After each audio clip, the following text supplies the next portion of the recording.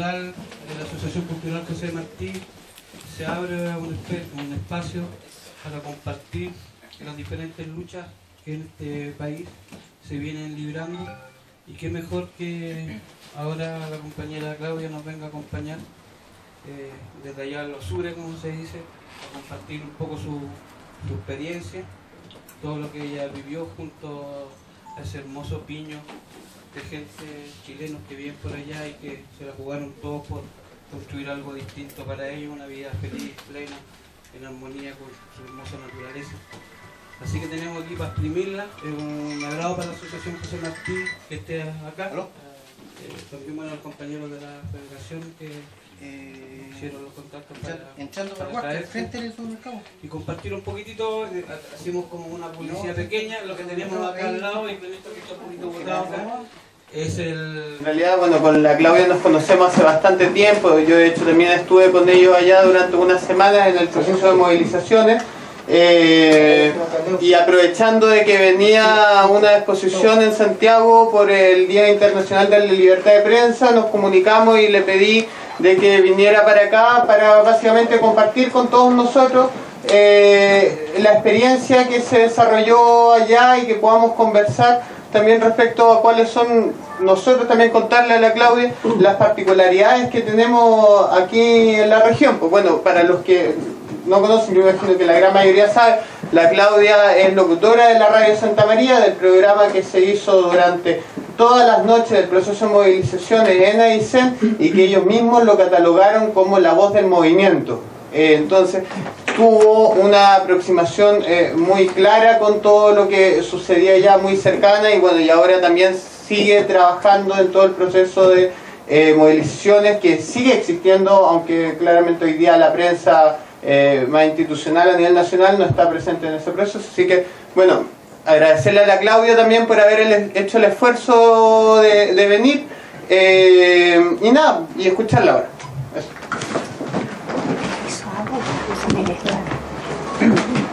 Bueno, muchas gracias por la invitación. ¿Se escucha bien o no? ¿Sí? Sí.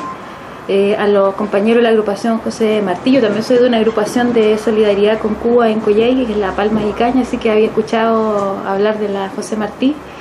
La invitación de Camilo también, que como él decía estuvo como unos 15 o 20 días, te quedaste unos días más al final, bueno, por un tema también de que no se podía pasar, pero igual, pero no había muchas ganas de irse tampoco. En pleno lo invité sin saber que iba a haber un conflicto, pero bueno, le tocó, y eso yo creo que es una buena experiencia. Yo quiero agradecer la participación de ustedes. Veo algunas caritas patagonas por ahí, un estudiante que sé que es hijo de una amiga también. Así es que a contarles un poco, nunca uno es la poseedora de toda la verdad de lo que pasó, pero sí un poco acerca del movimiento social y del rol que cada uno asume también en esta parte de la historia de la construcción de un país, o que uno piense que está construyendo un nuevo país, ojalá. Y siempre digo que como ciudadano, como parte de la gente de una comunidad, uno siempre tiene opciones en la vida. Una es quedarse como espectador o muy indiferente, que creo que es la peor opción que uno puede tomar, la indiferencia de lo que está pasando, porque siempre está pasando algo, todos los días y cada día en nuestro país está pasando algo. Es quedarse en esa indiferencia y creerse que en realidad no era necesario ni ser parte ni preguntar siquiera. Esa es una opción que es la más cómoda, creo que de a poquito se ha ido rompiendo para que no sea la mayoritaria, y creo que es la más peligrosa también que puede tomar una persona.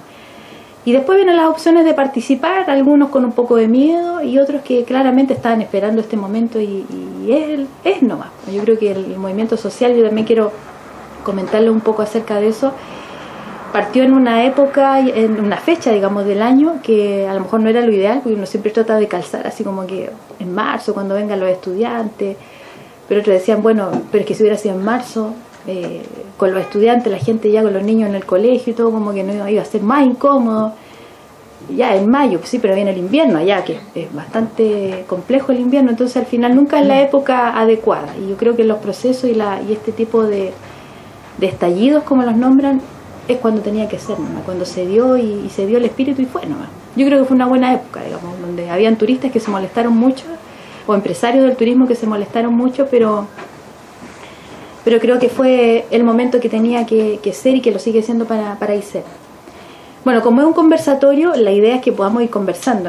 Yo no preparé nada como un PowerPoint ni nada, porque la idea es que sea como dentro de la intimidad y de la conversación, que ustedes pueden ir en la medida que quieran, ir consultando. Yo soy abierta en esa dinámica o metodología, no soy muy estructurada en ese sentido.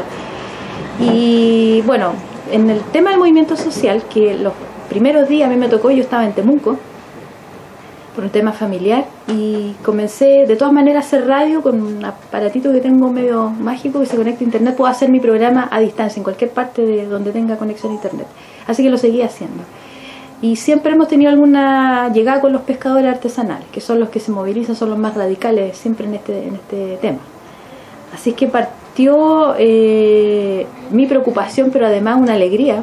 Cuando la gente despierta uno se siente contenta. Yo no sé si es el común de la gente, pero uno se siente feliz, aunque quede la cagada, pero despertó. Y creo que lejos uno ya se tiene que dejar de soñar, ahora hay que despertar. Ese creo que es la etapa que viene. Con pescadores en una isla, la primera isla, yendo del norte al sur, y ustedes son del norte para nosotros, de Chiloé ya es el norte para nosotros, o la última, digamos, la más al norte para nosotros que estamos en Coyhaique. En Melinca, ahí comenzó una movilización, una toma del aeródromo. Y esa me enteré, bueno, por un tema de trabajar en la radio de Santa María, y tenemos un compromiso igual con todo lo que son los derechos de los trabajadores, los derechos humanos, los conflictos socioambientales, los sociales en general. La radio tiene ese compromiso. Y me llamaron los pescadores de ahí, que no tenían nada que ver con los de Aysén todavía, para preguntarme si yo estaba en la radio. Le dije, no estoy presencialmente, pero sí voy a hacer programa. No, me dice que voy a bajar la caga. Ya, perfecto. Ese fue el mensaje claro y corto, donde dije, ya, algo van a hacer. Mucho en la isla no se podían hacer, o sea, salvo tomarse algunas instalaciones clave, como fue en este caso el aeródromo. Y como a los 3 o 4 días comenzaron a hablarme los más cercanos míos. Yo participo, soy una férrea opositora a los megaproyectos hidroeléctricos, Hidroaysén y Energía Austral en el caso de... Y en realidad casi todos los megaproyectos que son social y ambientalmente y muy injustos con nuestra población, no solamente en la Patagonia, sino que en el resto de Chile. Y la gente de Patagonia Sin Represa me dijo, ¿sabes qué? Los pescadores nos están llamando para ver si podemos conversar. Nosotros siempre hemos tenido históricamente aliados a los pescadores artesanales. Ya, pues le dije, yo creo que es el momento, ojalá, se dé. Y cuando ya comencé a ver que ya empezaron la gente de los comités de vivienda, la gente sin casa, deudores, una parte de los estudiantes secundarios y algunos también universitarios que estaban de vacaciones allá, pero que sufren mucho para estudiar fuera de la región, y otros grupos sociales con los cuales o Patagonia Sin Represa no tenía mucha cercanía, o los pescadores no tenían mucha cercanía. Yo dije, bueno, en una de esas es el momento. Yo sentía que sí, y estaba contenta por eso. Así que adelanté mi viaje. Yo tendría que haber llegado como a principios de marzo, para algo así, y me llegué como el 16 de febrero. Adelanté, tuve que dejar ahí más o menos arreglado la situación familiar que tenía, que era bien compleja, y llegué derecho a la radio. Y dije, no, esta cuestión es... Y ya habían bloqueos parciales de camino. Así que bueno, empezamos a ver el petitorio, con algunas cosas concordamos. Uno siempre dice, bueno, podría haber sido más, o una pedida más profunda. Pero bueno, era el pedido de la gente. Se constituyó esta mesa de 24 a 25 personas, dirigentes, algunos variados, como es la sociedad en el fondo. No fue una mesa como por lo general no está acostumbrado a juntarse con los que uno comparte, con los que pensamos igual o similar, y somos todos como de un ala de nuestra comunidad. Aquí no, aquí había gente muy conservadora, gente que no era para nada conservadora, era más radical, más rupturista, gente de izquierda, gente que ha votado históricamente por la derecha. Es una cosa, te voy a decir una cosa rara, pero en el fondo era nuestra sociedad reflejada en esa mesa. Por eso tiene muchas críticas y todo, pero es la sociedad. Sí, aquí con los vecinos uno no se mira a veces ni el pensamiento más profundo, sino que tiene un tema de vecindad. Y bueno, eso estaba reflejado en la mesa. Los conocidos, los que nunca habían, nadie los conocía mucho, menos a nivel regional y menos nacional. Y comenzó esta conversa y el plantearse algo que tiene el lema del movimiento, que es tu problema es mi problema, y que una de las cosas que yo destaco es que pasó esta etapa del ser solidario con una causa. Yo creo que muchos hemos participado, sí, yo solidarizo con los estudiantes, el estudiante solidariza con el obrero solidariza con la dueña de casa, y la dueña de casa puede ser que solidarice con la gente que pelea por la diversidad sexual, y el de la diversidad sexual con el pueblo mapuche, y así vamos.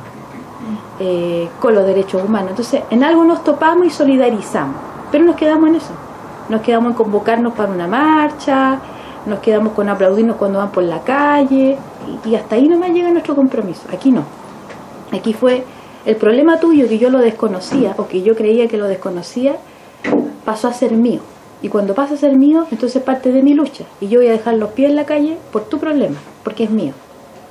Y a la vez, mi problema pasa a ser el tuyo también. Tú no eres pescador, pero tú sabes cómo es vivir como pescador. Y no fue un tema de un eslogan, sino que en el fondo nos dimos cuenta que la gente de Patagonia Sin Represa no eran ninguno acomodados. Y eso veníamos conversando también, que hay una mirada que dice, no, la gente, los ecologistas están pegados con Tompkins, con Orrego, Larraín. Sí, hay una parte histórica del ecologismo a un ala acomodada, de las bonitas y lindas familias de nuestro país.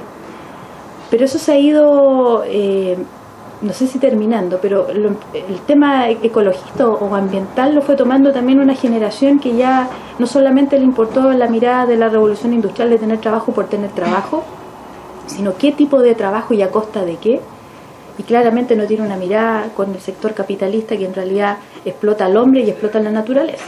Hay una tercera mirada también, que es, sí, quiero trabajo, pero quiero un trabajo de calidad no solamente en lo monetario y en el trato laboral, sino que yo también quiero heredar esos recursos, los quiero administrar y los quiero usar para dejarlos para muchas generaciones más.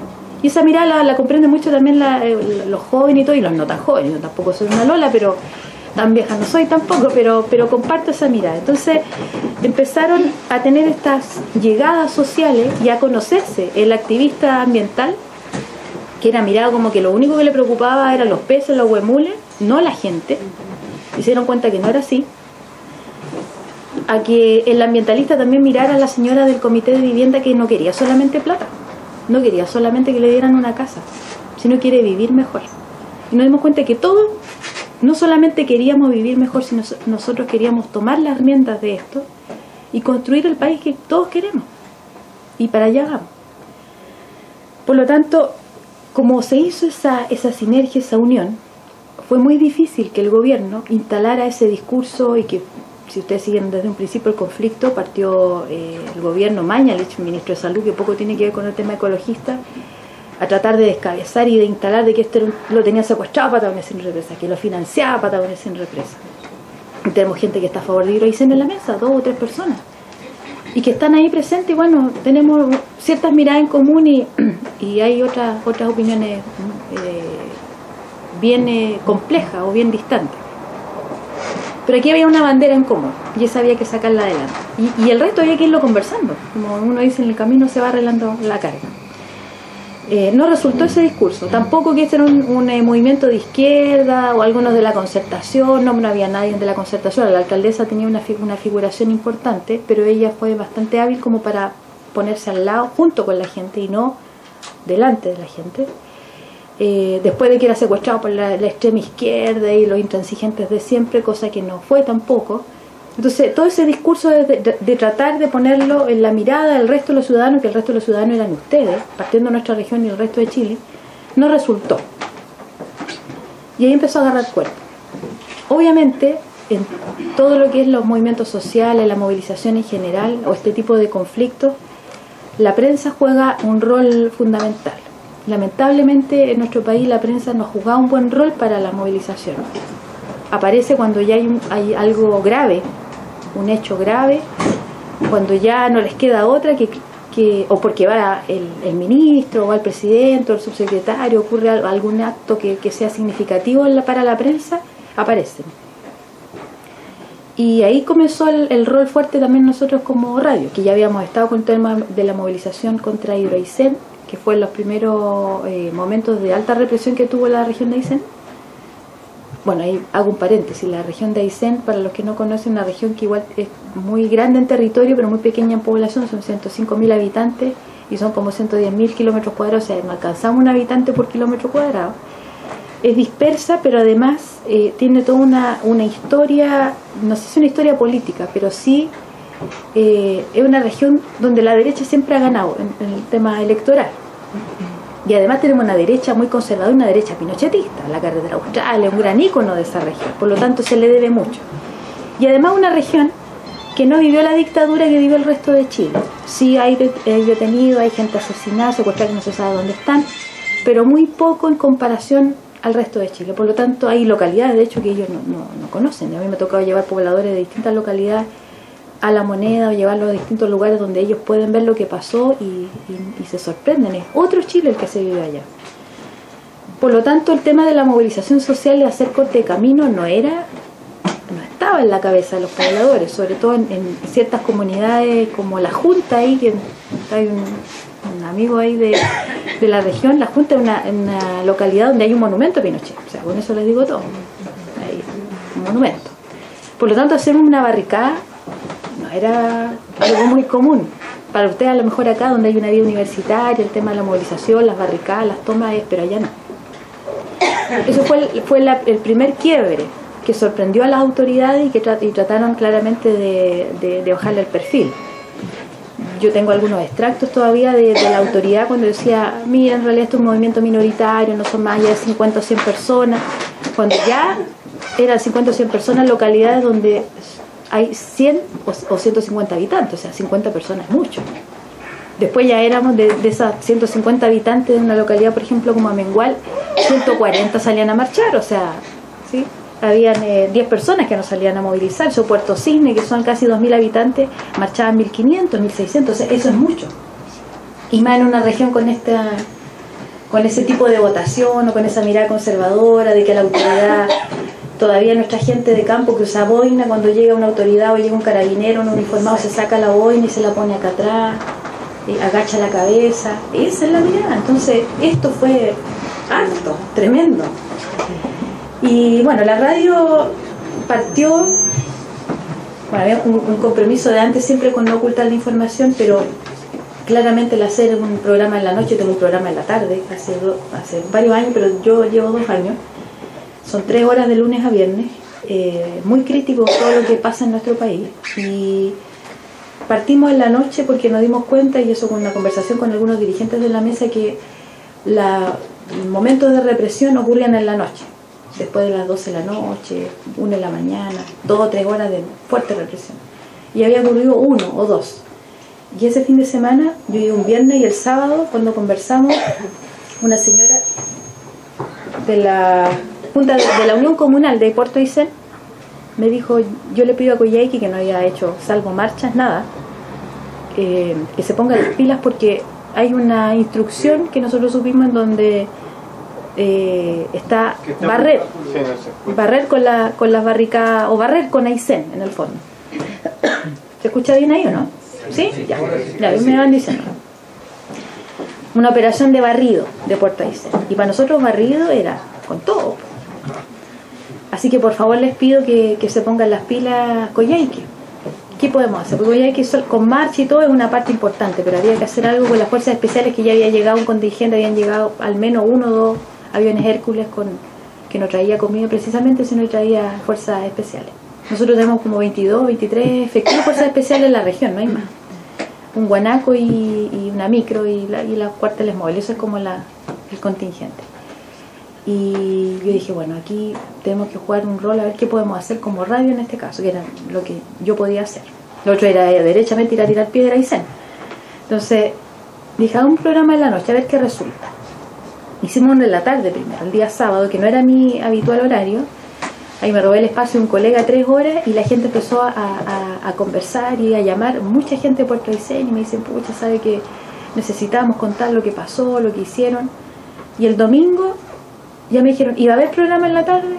Yo le dije, no, vamos a hacer algo en la noche. Yo ni siquiera le había dicho al director de la radio, sino que lo llamé como a las 6 de la tarde. Le dije, oye, ¿qué tal si hacemos algo en la noche? ¿Cuándo? Ahora. Ya me dijo, te traí ya, pero tenéis que ver qué vaya a hacer con mi radiocontroladora, que es una chiquilla muy jovencita, mujeres, y que partía a las 2 de la tarde. Y tenerla toda la noche, y de hecho fue así. Ella entraba a las 2, 3 de la tarde y la teníamos hasta las 6 de la mañana, era bien pesado. Bueno, Camilo ahí conoció cómo era el trabajo en la radio y se quedaba dormido mientras uno seguía hablando. Así es que partimos un domingo a las 8 de la noche y terminamos a las 6 de la mañana. Y no pudimos parar. Entonces el otro día era como, iba a tener el programa y dije, ya, vamos a tener que hacerlo, ¿no?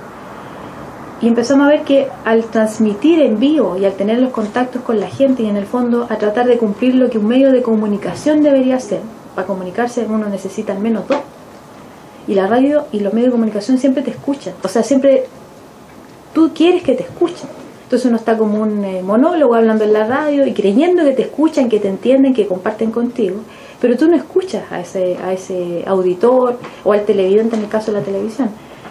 Yo le dije, no, aquí yo creo que tiene que ser un espacio donde tú ahora, uno sea ese puente y escuchemos a la gente. ¿Qué tiene que decir del movimiento?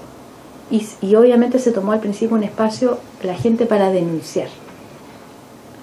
Lamentablemente otros colegas de la otra radio cerraron las puertas en ese sentido y fue una labor casi oficialista del gobierno, el discurso del intendente y todo, que no conversaba con nosotros, pero eso para nosotros no era un tema. Nosotros igual íbamos a los puntos de prensa del gobierno y todo para tener la información que ellos te daban. Cada vez menos, porque después ya sencillamente no nos avisaban los puntos de prensa, nosotros nos enteramos por las otras radios nacionales que la radio Santa María no estaba ahí. Y empezamos a ver que eso era como un amplificador. Entonces había señoras que me decían, justo cuando yo le estaba diciendo que venían los pacos ahí, nosotros abrimos la ventana y pusimos el parlante donde usted estaba hablando y usted le hablaba a los de fuerzas especiales y yo le hablaba como si los estaba viendo. Y eso me hacía que era como retraerse un poco de decir, chuta, igual me están como monitoreando en el fondo. Y gracias a eso me decía, se fueron. O me decía, gracias a eso dejaron de pegarle a esta persona que le estaban pegando afuera de mi casa, o dejaron de disparar y empezaron a hacer allanamiento. Y dije, bueno, vamos a tener que ayudar. Ahora, ahí estaba el compromiso que yo les decía, decir, bueno, va a ser un trabajo en donde cuando yo me canse lo voy a terminar, o es un compromiso que hasta donde dure el movimiento, este episodio o esta parte, que nadie sabía cuántos días iba a estar, voy a tener que estar ahí, y eso implica que igual tengo que hacer mi programa en la tarde, y voy a tener que conversarlo con mi familia también. Ahí estaba mi hijo, el más chico, el mayor todavía estaba en el norte, y mi esposo, por supuesto, que él estuvo conmigo ahí, y el más chico al final me lo llevé a alojar a la radio, entonces ahí estábamos haciéndole una camita improvisada en el suelo, y estar ahí nomás, con los cortes de luz. Después ya empezaron el boicot en pleno, a cortarnos la luz, a cortar el internet, esas cosas que sucedían hace años atrás y que volvieron ahora, la amenaza por teléfono y todo. Y la gente también empezó a tomar como la radio como la voz oficial, donde no había censura y donde también nos llamaba gente diciéndonos que nosotros estábamos articulando la violencia, que nosotros éramos los que incitábamos, que estábamos mintiendo, de todo. Y la gente me decía, pero córtele a esa persona que está llamando, que no sabe. No, le digo, si tiene derecho a decirlo y que lo diga. Es un espacio democrático donde la gente puede decirse. Yo sabía que no era ni necesario decir algo cuando ya se cortaba esa llamada y venían 10 llamadas donde la gente aclaraba. Y ahí una de las cosas que siempre he dicho es que Aysén en todo momento ganó y el gobierno en todo momento perdió. El gobierno fue puras pérdidas, y Aysén fueron puras ganancias. Aysén perdió el miedo, y perdió el miedo a hablar, perdió el miedo a articularse. Vecinos de localidades chiquititas que no se hablaban por diferencias políticas, religiosas. Nosotros, si alguien escuchó la radio, a mí me llamaban evangélico, ateo, católico, y me daban desde bendiciones, rezos, credo, un montón de cosas. Perdió el miedo a organizarse, a conversarse, y además en un tema adverso tan rupturista como una barricada. Tomó el control de los caminos, que no es menor. O sea, tener 5 mujeres, porque ese era el número en algunas localidades, 5 mujeres con cabros chicos y todo en un campamento, dueñas del camino, de una carretera. Es como que aquí los pongan ahí, que ya no exista ¿cómo se llama esto donde uno paga? El peaje, y estén 5 mujeres tomándose ese camino, y ellas sean el peaje, que no se cobra, pero que sí le dice, en 6 horas más usted va a tener paso. Y se tuvieron que enfrentar a gente muy prepotente, funcionarios públicos, turistas, de todo. Fue bien complicado al principio, pero después ya la gente sabía que sin ninguna crítica, ni siquiera ir a hablar con el gobierno, con el CNM de Transporte, la intendenta, decían, ¿a qué hora da paso la gente? Cada 5 horas. Y la gente sabía que se tenía que acostumbrar. 40 días donde nosotros no tuvimos intendente, no tuvimos alcalde, no tuvimos concejales, no tuvimos consejeros regionales, no tuvimos parlamentarios. Parlamentarios estuvieron ahí un poco, pero el resto no los tuvimos. Nosotros no marchábamos cuando queríamos, manejábamos los que tenían vehículos para el sentido que se quería en las calles, las marchas en contra del tránsito a la hora que queríamos, sin permiso de la gobernación, sin permiso de nadie, éramos dueños de las calles. Nos organizamos para comer, para las ollas comunes, para cortar el tránsito, para las barricadas, para todo, para la atención de salud. La gente en Puerto Aysén ni siquiera iba al hospital, sino que era la Cruz Roja, algunos bomberos, los observadores de derechos humanos que tenían ahí su botiquín y atendían a la gente en las calles. Todo era, la gente tomó un gobierno de su localidad. Se tomaron los aeródromos, las delegaciones municipales, la comunidad donde vivían 70 personas, había una delegación municipal, se la tomaron 3 o 4 personas, entre funcionarios y gente del pueblo. Los campesinos agarraron sus caballos y marchaban por donde se les ocurría con sus banderas y cortaban el tránsito, los leñeros, los camioneros, todo el mundo. Entonces hubo como un gobierno de la gente que funcionó bastante bien, porque todos pensaban que iba a haber un caos y no. Claramente a quien le provocamos un caos fue a la clase más acomodada, a la clase que en realidad le dio mucha lata que no llegara la nana a trabajar, porque en el fondo la nana es la que le cría a los hijos, la que sabe lo que come el cabro chico, y me tocó ver compañeras de curso mía que estaban histéricas porque la nana era la que sabía cómo cambiarle el poto a la guagua y sabía cómo preparar la comida, porque ella nunca se preocupó de cocinarle a su hijo. Esos problemas tan domésticos se empezaron a ver. También nos dimos cuenta de que en Coyhaique sí hay pobreza, y mucha, y fuerte, y donde mucha gente me decía, oye, pero es que ustedes le están haciendo un daño a la gente pobre que no tiene que comer. Yo le digo, ¿sabes que la gente pobre que no tiene que comer, esta realidad la vive todos los meses? Es que le sobran días al mes, como dice, le falta plata. El sueldo le alcanza para 10 días, para 15 días, y el resto son tratar de hacer lo que se puede. Entonces, la gente más humilde fue la más solidaria, la que me decía, no tenemos para comer, estamos más complicados que el resto del año, pero vamos a seguir en la lucha.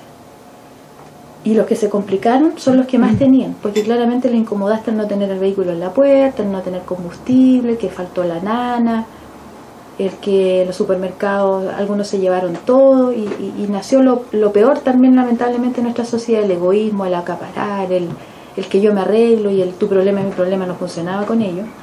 Era la minoría, pero había, y eso a uno igual le da un poco de vergüenza que exista eso y que sea de mi ciudad, en Coyhaique específicamente. Y lo localizo ahí porque en Puerto Aysén fue muy distinto. La gente en Puerto Aysén fue más uniforme todavía. La gente controló el tema de saqueo o de algunas personas que se dedicaron más al tema de delincuencia. En Coyhaique sí hubo más episodios. Saqueo de algunas bodegas, que la gente igual decía, ya sabes qué, mira, tuvimos como un mes sin harina, que la harina es vital allá, la gente hace el pan, y era no, es que no había harina, y cuando saquearon a Delco se dieron cuenta que estaba llena de harina. O sea, volvemos al esconder las cosas para provocar el caos. Volvemos a que el municipio, cuando algo se normalizó, dejó de sacar la basura, y no le sacó la basura a los vecinos teniendo los camiones y teniendo combustible. Provocar el caos. Eso lo hizo muy bien el gobierno, trató de hacerlo. En Puerto Aysén fue muy distinto, la gente no tenía para comer, no tenía combustible y estuvo más apretada que Coyhaique. En Coyhaique algo pasó, por ahí se filtraban cosas y había. Y además en Aysén eran las batallas más fuertes, más heridos, más gente golpeada. Después Coyhaique empezó a vivir un poco esa represión. Y mientras tanto en la radio ya no solamente hacíamos el programa en la noche, sino que agarrábamos equipo y nos íbamos a los puntos 0, punto 1, punto rojo, a las barricadas en Coyhaique y sobre todo en Puerto Aysén, a hacer el programa en la radio. Y toda la gente que me llamaba, yo ahora la podía conocer y podía hablar con ellos, entrevistarlo y conversar y estar con ellos en los campamentos, llevando la radio a la calle. Y ahí tú te dabas cuenta que la gente de Coyhaique, yo siempre le decía, si usted no me cree, tiene un problema, pero tome un vehículo o los vehículos que van de emergencia y vaya a Aysén y vea cómo está Aysén. Las calles estaban plagadas de cartuchos, se llenaban baldes por cuadra, baldes y baldes de lacrimógena, balines de goma y balines de metal, la gente herida. En momentos de transmisiones que hicimos en la última batalla, cuando se quemó el guanaco y la micro, yo le digo eso porque fue todo un ícono. Ese día transmitimos ahí, en la última etapa de la batalla, estuvimos toda la noche transmitiendo, que fue una noche bien fuerte. Comenzó como a las 5 de la tarde cuando los carabineros le pegaron a las mujeres de los pescadores, que eso fue cuando el gobierno inventó esto de que lo habían insultado y que no se daban las condiciones. Lo que pasó en realidad fue de que ellos nunca quisieron ir a reunirse con los dirigentes. Les tiraron este anzuelo de irse a una escuela. Ahí estuvieron los dirigentes hasta las 9, 10 de la noche. Y a las 5:30 de la tarde, yo me acuerdo bien porque yo estaba transmitiendo y mi programa empieza a las 5, me avisan que están golpeando a las mujeres que estaban solas porque los pescadores se habían ido a Coyhaique. Las empezaron a golpear a esa hora. Y ahí se fueron los pescadores y llegaron como en 30 minutos a Aysén, que queda a 60 kilómetros, y empezó esa batalla como a las 6, 6:30 y duró hasta las 8 de la tarde del otro día, sin parar. Una de las batallas largas. Y ahí me tocó ver que en la tarde donde yo estuve, por lo menos contamos 32 heridos en ese lapso de 3 horas que estuvimos ahí en la calle. Y caían al lado. Entonces uno estaba conversando y caían y sentía los chum de los perdigones, de los balines y de las lacrimógenas, y ahí entre medio, pues conversando con ellos y viendo el tema de los heridos, y que no querían ir, y en los cortes inmensos, profundos, o sea, menos mal que no me da nada cuando veo sangre, pero ya cuando iba como el número 10 ya era pesado. Entonces no nos contaron esa realidad. También pudimos compartir con la gente de otros medios de comunicación, los canales de televisión, que no estaban en la noche. Cuando ocurrían eso, ellos apagaban cámara a las 10, 12 de la noche, y yo sabía que cuando yo les preguntaba, ¿está en la televisión? Sí, me decía, están grabando un poquito, pero ya se van a ir. Y cuando se iban, empezaba el tema. Y yo no tengo mi duda que si ellos hubieran visto, hubieran transmitido todo. O sea, a mí me tocó ver cosas tan patéticas como una periodista de Televisión Nacional transmitiendo, o no transmitiendo, sino que grabando todo dentro de las micros de los carabineros. Esa era su trinchera. Y obviamente lo que uno ve de ahí, que es lo que pasa siempre, uno ve a la gente de frente con boleadora y tirándote piedra, pero pónete tú del lado de la gente, ¿qué es lo que vas a ver? Vas a ver a los carabineros disparándote con vehículos, con equipamiento de guerra, con tipos que realmente fueron unos animales. O sea, el maltrato verbal, yo lo escuché, nadie me lo dijo tampoco, y cómo trataban a las mujeres, cómo las pateaban, cómo nos trataban a los patagones. Y los patagones, si hay más patagones aquí, cuando nosotros nos tratan mal, los patagones se nos para la pluma, y pues a nadie nos gusta que nos traten mal. Entonces eso fue bien patético. Yo tuve hartas discusiones con gente de la prensa, yo no soy periodista, y tuve hartas discusiones con la gente de la prensa de algunas radios y con los canales de televisión por esa forma de hacer la noticia. Entonces decía, mira, está bien que tú pertenezcas a un medio nacional y que tenga un editor. Me decía, sí, pero es que yo no puedo llevar esto porque el editor. Yo le digo, bueno, pero si tú te sientes incómodo, no trabajes en ese medio. Volvemos a las opciones. Muchos se escudan en que es el editor, el que me recorta, que me censuran, porque el auspiciador, porque los medios comerciales pasa eso. Y de hecho el Radio Santa María es un medio comercial, es del vicariato, pero tiene propaganda, no de Hidroaicén en todo caso, pero propaganda que nosotros perdimos muchos auspiciadores. Algunas multitiendas ya no nos auspician. El gobierno que tenía sus programas los quitó, es una forma de hacer presión también económica. Pero tú tienes la opción. Si te cambian la regla del juego, tú te formaste como periodista o reportero y tú ves que lo que a ti te hacen es que tú mientas y que en el fondo estés faltando a tus valores como persona, te retira. Y me dice, sí, yo tengo que comer. Yo le digo, pero come con dignidad. Yo también tengo que comer, pero trato de hacerlo de forma digna, aunque gane 10 veces menos. Entonces teníamos ese tema complejo con ellos. En algún momento yo vi que algo cambiaron la mirada, algunos canales, o más que cambiar la mirada, empezaron a mostrar cosas que yo pensé que no las iban a mostrar. Poco, pero algo fue. Pero fue en los momentos donde ellos sí vieron que los enfrentamientos ya no eran en la noche, sino que ahora eran a la luz del día, entonces ya no te puedes hacer el loco mucho rato. Y creo que los medios de comunicación, siempre en la historia, no solamente en nuestro país, han sido un poder interesante de cambio. Si tuviéramos a los medios de comunicación realmente con un tema ético, pero además moral, yo creo que los cambios andarían bastante más rápido de lo que queremos. Pero la prensa cae en eso, se encapsula en el editor, y el editor está secuestrado por los auspiciadores. Es así de corto y de simple. El auspiciador es el que marca la pauta de un canal X o el sostenedor o como se quiera llamar. Y para algunas cosas son muy liberales. Para mostrar desnudos son muy liberales. No se cuestionan para nada. Aunque incluso sean desnudos que no tienen ningún contenido tampoco. Pero para otros temas es increíble. O sea, yo le decía, ustedes filman cosas que después no las van a mostrar. Me decía, sí, pero es que estamos ahí como que no se puede. Pero yo le digo, pero es que sí se puede. Bueno, es que perdemos la pega. Entonces vamos en eso de cuidar mi parcela. Pierdo la pega, pierdo plata, pierdo el saludo. Yo perdí salud de muchas amistades, o que yo creía que eran amigos o amigas, que te culpan, que te dicen, no, pero es que a mí, no sé, pues entraron a robar, o me rompieron el vidrio de un auto, o el gobierno que estaba muy preocupado y que salía horrorizada cuando se rompían los vidrios de las multitiendas, que eso también fue sistemático. Cuando hubieron batallas campales en el centro de Coyhaique, se rompieron solamente vidrios de las cadenas nacionales. Había un local de una persona de Coyhaique intacto, sin rejas, sin alarma, porque son negocios más sencillos, y al lado una multitienda hecho pebre los vidrios, y un banco hecho pebre los vidrios, y al lado otro negocito de una señora local, nada. Entonces todo lo que se rompió, salvo el municipio, que había una radio muy grande con el municipio, era como lo único nuestro, podríamos decir, pero el resto, ningún negocio local. Y tú veías al gobierno preocupado de eso, de ir a constatar cuánta ropa habían quemado de Dillon, cuando yo veía que las trabajadoras de Dillon eran las que están en las barricadas en sus poblaciones, porque uno las conoce, pues muchas chicas que somos de la misma época, me decían, esta cuestión está con los seguros de la tienda, así que da lo mismo, aunque quemen todo, vaya a ver que a la semana ya está todo repuesto, sí. Pero estamos con la causa nosotros, las trabajadoras y todo el cuento. Entonces, el gobierno salía a terreno horrorizada a ver los vidrios del Banco de Crédito, del Banco Chile, horrorizada. Paralelo a eso ya llevamos 5 o 6 personas sin un ojo. Nunca hubo una palabra para ellos, nunca.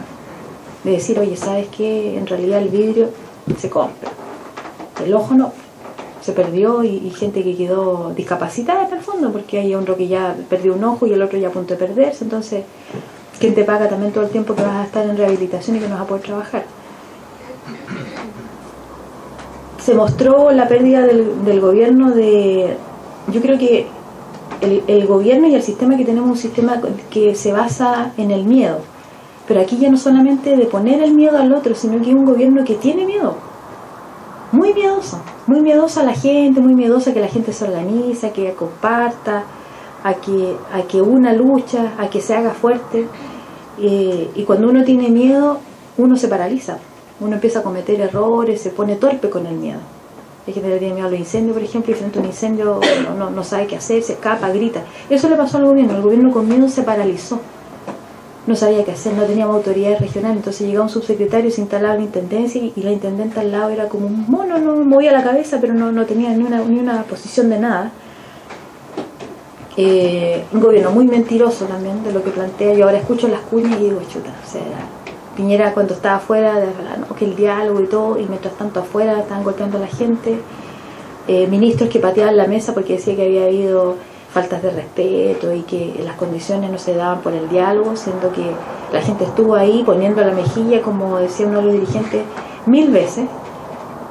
Se desbloqueaban los caminos, los gallos no querían conversar, entonces había un tema de miedo que los paralizó y lo único que hizo fue que cometieran torpeza.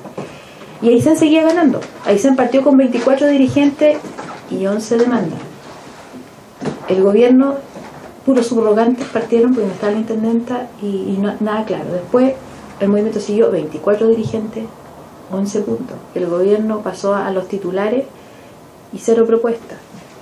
Pasamos otra etapa, movimiento social, 24 dirigentes, 11 puntos. El gobierno pasó de ministro y subsecretario, le quitó el piso a la intendenta, puso un ministro y otro subsecretario y planteó 15 puntos, que nunca los conocimos así por la prensa, algo escueto. El movimiento siguió adelante con sus 11 puntos, sus 24 dirigentes. El gobierno volvió a darle piso a la intendenta, que duró 2 días, después se lo volvieron a quitar. Y planteó ya 50 puntos, medidas para irse. Nunca fueron conocidas, ahí otra vez dejaron a la mesa, y la mesa siguió con 24 dirigentes, 11 puntos. Ya después eran 74 medidas, y vuelta otra vez la intendenta para atrás, y saca este ministro y pone otro ministro. Entonces, si se fijan, ¿quién no tuvo la idea de gobernar esa situación, la idea de conversar, la idea de dialogar, de poner no solamente paño frío, sino que hacer su pega? Fue el gobierno. Aysén se mantuvo con sus 24 dirigentes, con todos los pros y los contras, y los 11 puntos. Firmes en eso. le ganamos a los pacos. Yo creo que eso es una de las cosas que más valoraba Aysén. Aysén tiene una tasa de suicidios alto y durante todo este tiempo ha bajado mucho.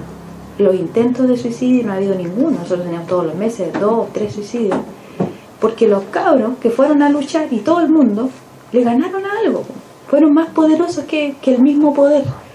Y él me decía, le ganamos a los pacos, les ganamos a los pacos, o sea, los pacos no pueden contra nosotros. Y cuando iban a reprimir a Coyhaique, que estábamos menos preparados como ciudad, como estructuralmente como ciudad, no teníamos el puente, teníamos otro puente ahí que igual era difícil, pero no teníamos como esa fortaleza que tienen los pescadores, que no le tienen miedo a la muerte, porque el pescador cada vez que sale a la mar no sabe si va a volver, entonces el tema de enfrentar la muerte para ellos es algo común.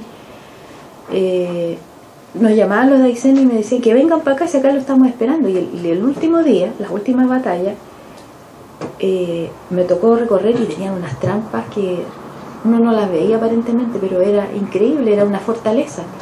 Cuerdas, árboles a punto de caer, en la rejilla, todo el mobiliario urbano eran trampas, la rejilla. Yo ahora venía mirando la rejilla y decía, oye, aquí tienen para frenar los vehículos, los guanacos y todo.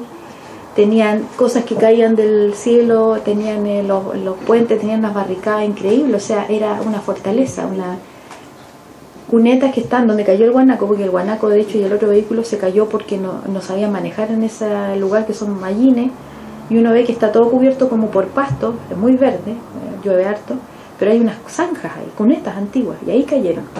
La misma gente fue a tratar de ayudar a sacar al guanaco, y los pacos se empezaron a reír de la gente que trató de ayudarlo, y ahí la gente se dijo, ya sabes qué.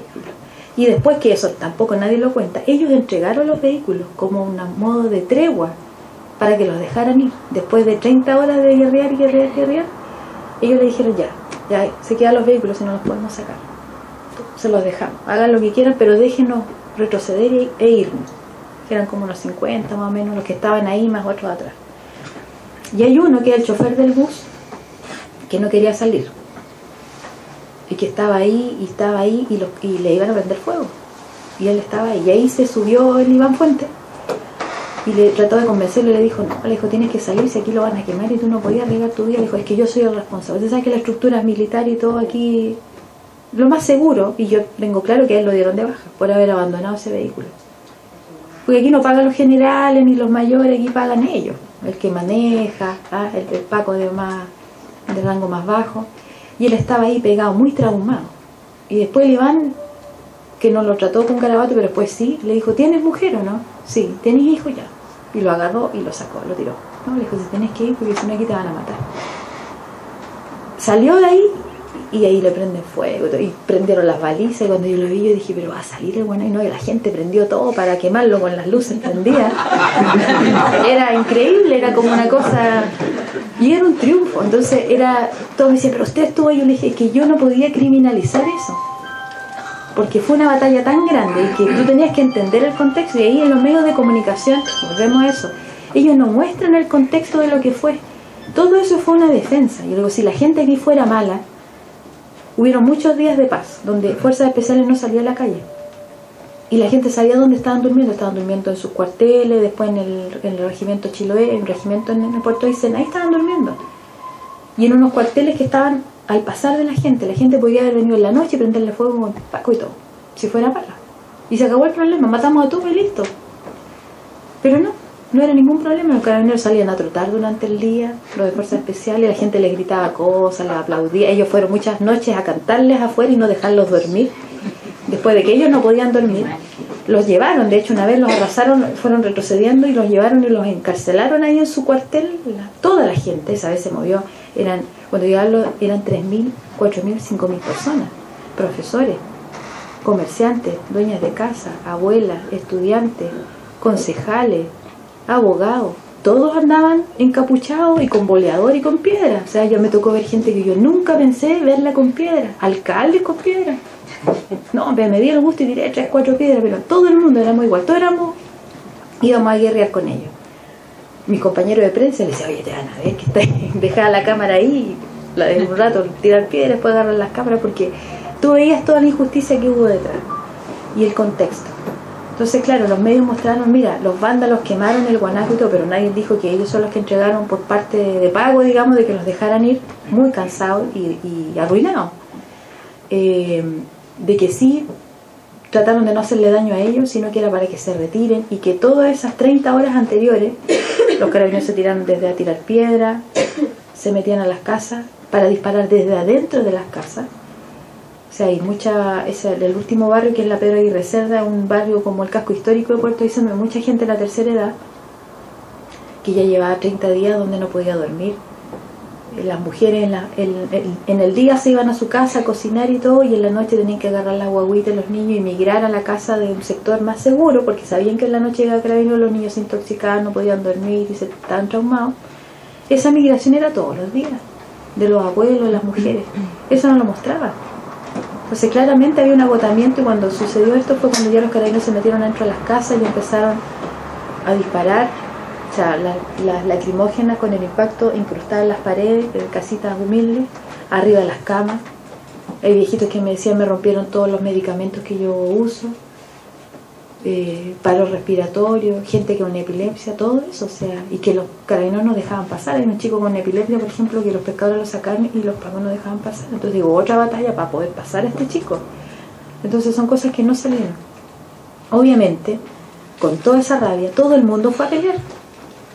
Y entraba una línea de 100 combatientes, otros más atrás, y atrás las mujeres con los baldes con agua para apagar las lacrimógenas, para darles agua a los que estaban combatiendo, para atender a los heridos.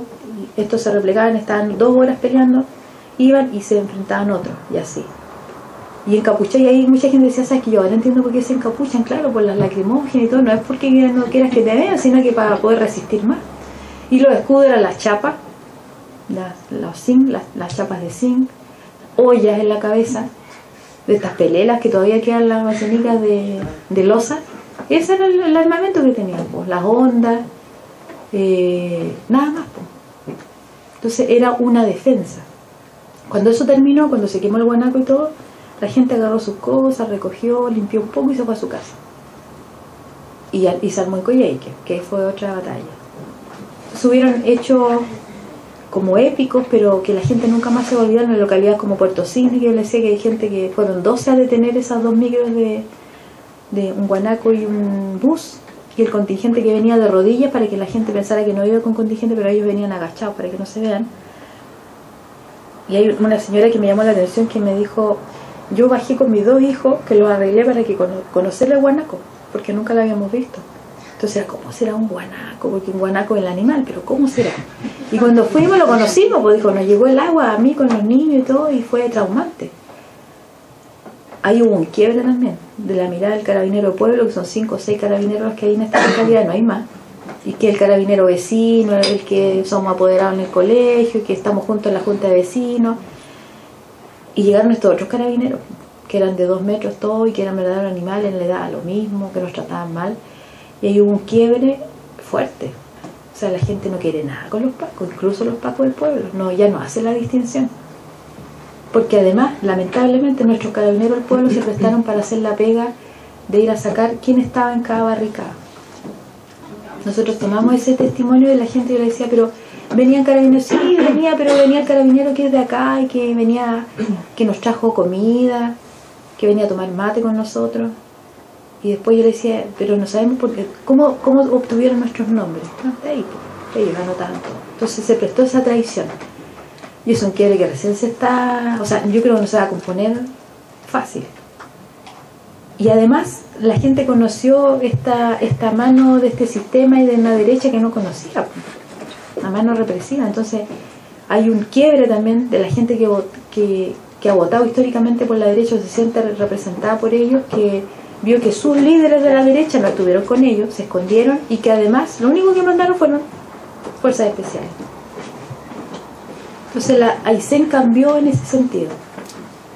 Además Acoñez, que sacó una fortaleza y se dio cuenta de que sí podía levantarse, que aunque fuéramos un 1% de la población nacional, no sé en realidad cuántos somos la población nacional, pero somos nada, por eso siempre nos miden por los votos, así como Aysén, sí, súper rica en recursos naturales, pero en votos es nada, así que haz lo que quieras con ello, total, mira, aunque se levanten todos, ¿cuántos son?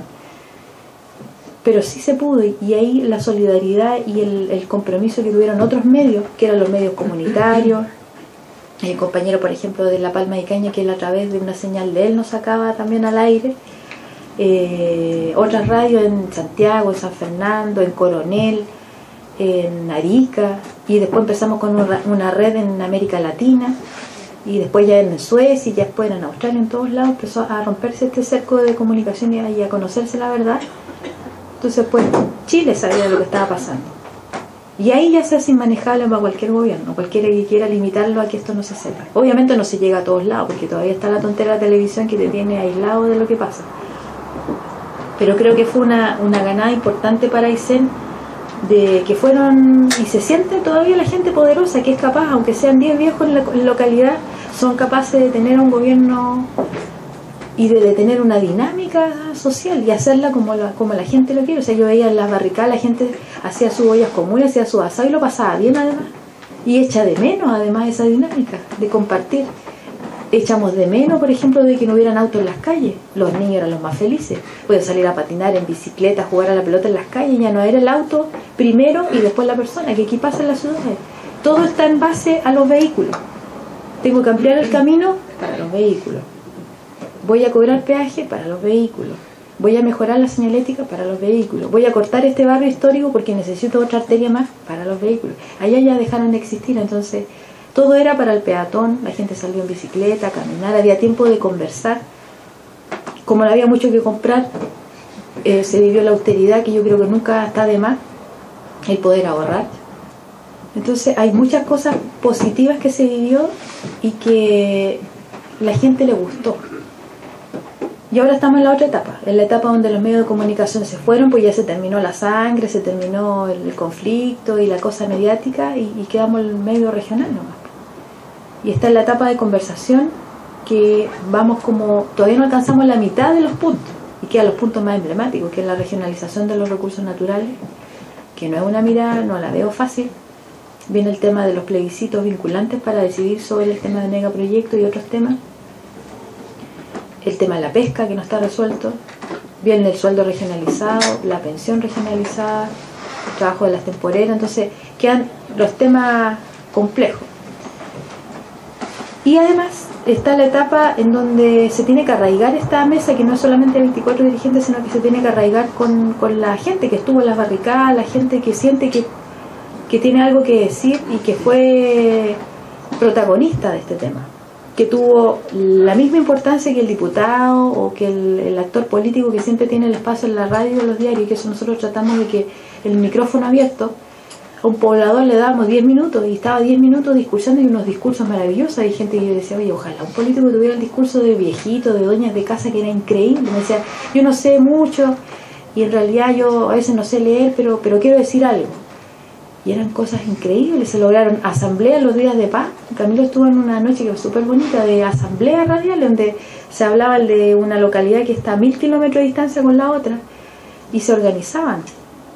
Bueno, por eso nos acusaron de articuladores, pero se organizaban entre ellos a través de la radio. Se ponían de acuerdo para salir a marchar. Dónde había que ir a comprar, el almacén que estaba con la causa. Decían, no le compren más al supermercado. Muchos dejamos de comprar en todos estos lugares donde fueron canallas con la gente, y compramos, volvimos al almacén de barrio, que paga un poquito más, pero hay gente que estuvo con los precios ahí, que además juntaba cosas y se le iba a dejar a la gente a las barricadas, que tuvo otra mirada. Entonces tuvo, en el fondo, castiga un poco aquel que se aprovechó, y le devuelven la mano a ese almacén de barro al que estuvo ahí. Entonces la gente se organizaba a través de la radio, se convocaba, y es verdad, hay gente que decía, mañana voy a ir a botar los árboles aquí, voy a ir a hacer una barrica, ya. O invitaba, mañana vamos a ir, vamos a juntar piedras, y se lo hacía. Y por eso la radio también pasó a ser como peligrosa, y tuvimos acusación al gobierno y de carabineros también, que no están investigando, bueno, cosa que pasó también porque se prestaron, de hecho los periodistas de los servicios públicos eran los sapos en el fondo de... No todos, yo sé que algunos tuvieron problemas y conflictos, porque había periodistas que venían de la Concertación que se quedaron ahí y tenían conflictos con hacer esa labor de sapo en el fondo, y otros que no. Hasta el momento yo no sé si hay una demanda en curso, no lo sé. Puede haber sido una pura amenaza nomás y todo, como para ver si nosotros nos autocensuramos. Pero Queda harto todavía, queda el tema de la justicia para la gente herida, más o menos entre la gente que ha ido a declarar y todo, debemos llevar unos 100 heridos, que perdieron el ojo, otros que están todavía con balín y perdigones dentro del cuerpo y que no se los han ido a sacar, que todavía tienen miedo de ir, gente con un tema psicológico fuerte también. Las mujeres igual sufrieron harto. En Puerto Aysén era como, tú conversabas con alguien en la calle y al menos tenía un familiar herido, el hermano, el papá, el marido, los niños, la mirada que tiene sobre lo que pasó es increíble también lo que ellos te llegan a comentar. Entonces hay un tema psicológico fuerte, pero que también sirvió, pero que no deja de ser. Pues la idea no es que los cabros chicos, su tema de conversación sea cuántos balines habían en tu casa o cuántas lacrimógenas rompieron los vidrios de tu casa, no era la idea. Entonces viene todo este otro proceso, y que dentro de las cosas que yo le comentaba que rescato, yo creo que debemos dejar de quedarnos solamente con la solidaridad con las otras causas. Tenemos que comprometernos con las otras causas si es que las sentimos. Y ahí hay un llamado a los estudiantes, que no solamente hay que convocarse para marchar junto con los trabajadores o con las dueñas de casa o con la diversidad sexual o con los mapuchos, los deudores habitacionales, sino que el estudiante tiene mucho que hacer y mucho que aportar desde ya. Los estudiantes de medicina me encantaría que pudieran trabajar efectivamente con las poblaciones y ver todo lo que no atiende el servicio de salud. Los de arquitectura, mejorar cómo viven las poblaciones, cómo vive la gente que lo necesita.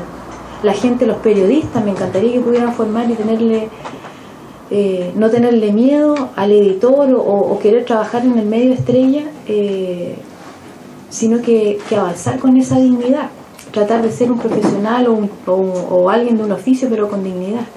Entonces yo creo que la etapa de ser solidario es importante, pero hay que ir más allá, y eso implica de que tengo que sacrificarme. Voy a abandonar fines de semana, voy a abandonar carrete, voy a abandonar el vinito con el amigo, con los compañeros de no sé qué, y voy a tener que hacer acciones que en las que yo me sienta cómodo, por supuesto, pero en la medida que me comprometa en ir a trabajar, en ir a conocer, uno gana, siempre va a ganar.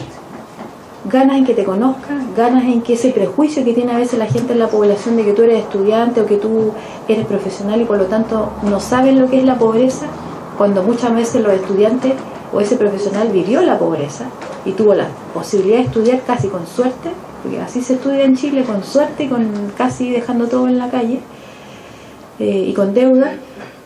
Si yo empiezo a comprometerme, no a mezclarme, sino a comprometerme a convivir con ese resto de la población, yo les aseguro que cuando los estudiantes salgan a marchar van a salir la gente de las poblaciones, porque me van a querer, me van a entender. Cuando salgan los obreros van a salir las otras dueñas de casa, van a salir los estudiantes, y así voy sumando, pero de verdad. Ya no solamente en convocar en un afiche o en un lienzo, ni en la marcha debajo de la bandera, sino que tiene que ser más allá que eso.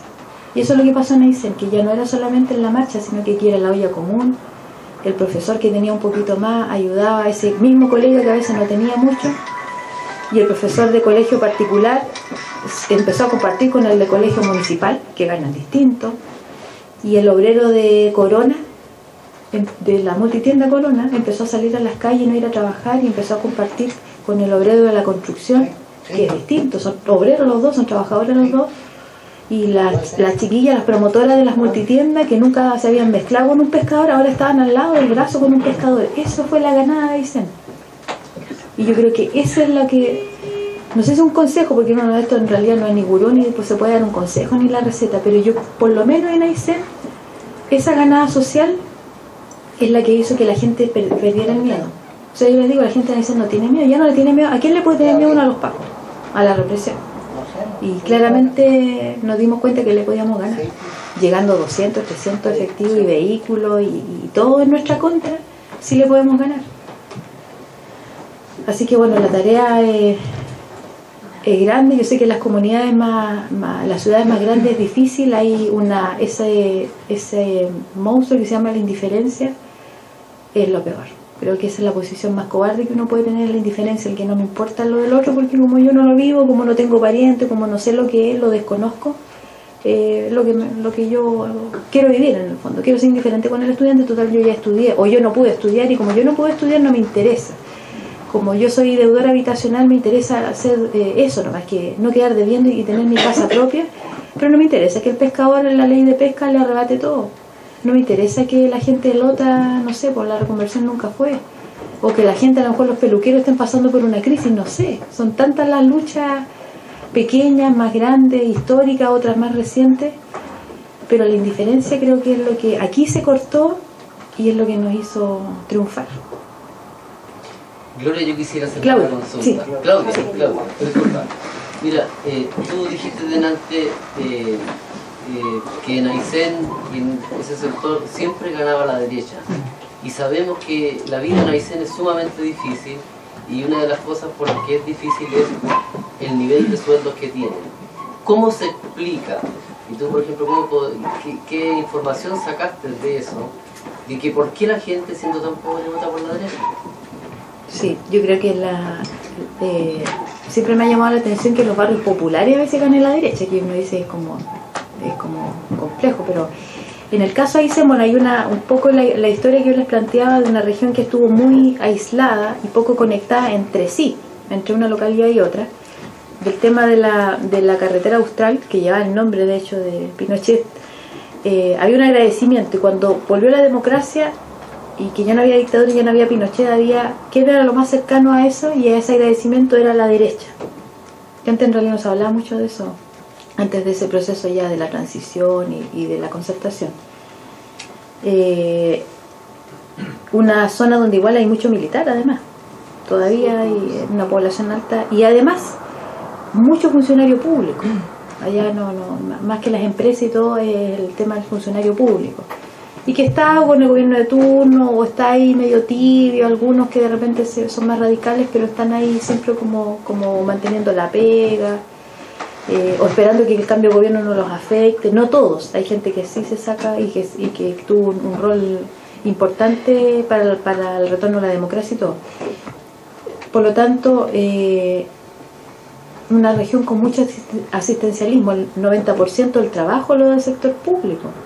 Entonces, si yo estoy mal con el gobierno de turno, desde el que hace la leña, no me la va a comprar la escuela, no me la va a comprar el alcalde, no me la va a comprar el hospital o el Ministerio de Educación, el que corta pasto, el periodista, el diseñador, todos dependemos del sector público.